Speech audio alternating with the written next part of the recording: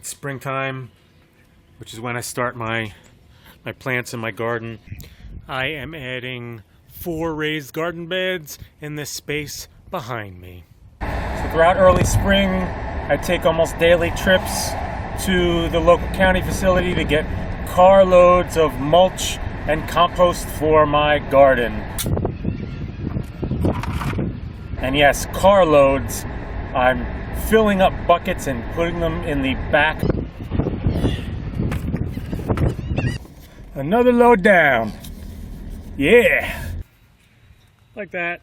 Nobody cares for me. Hauling like my 20th bucket of compost for the day. This shit is getting tiring. I'm beat as hell. I've been hauling soil all day, filling up these damn garden beds. I've earned a beer. New beds going in, getting there. I screwed up, and the raised beds that I bought were pine rather than cedar. Now I have to spend my time treating them all with linseed oil. This way the 4 boxes that I'm putting in here won't rot.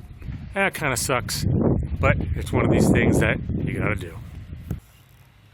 That's all oregano. Look at it all.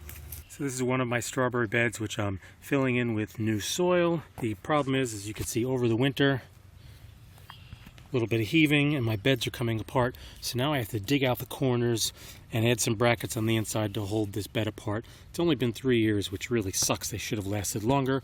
So on this side of things, I had greens and stuff growing, and there's a grapevine that fell down because it all got taken over by hops, which it's very early in the season.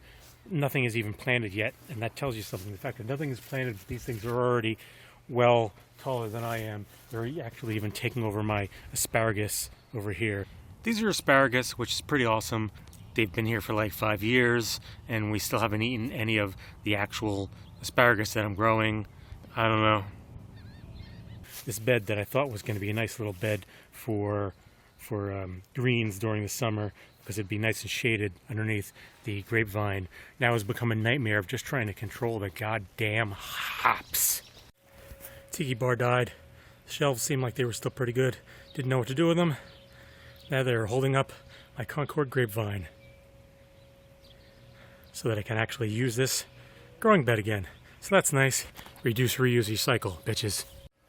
Well, I just finished filling the beds. So the beds are all filled up now. Exciting. Now I gotta clean up all this shit. My little home mix of potting soil, just compost, a little perlite, some peat moss mixed up.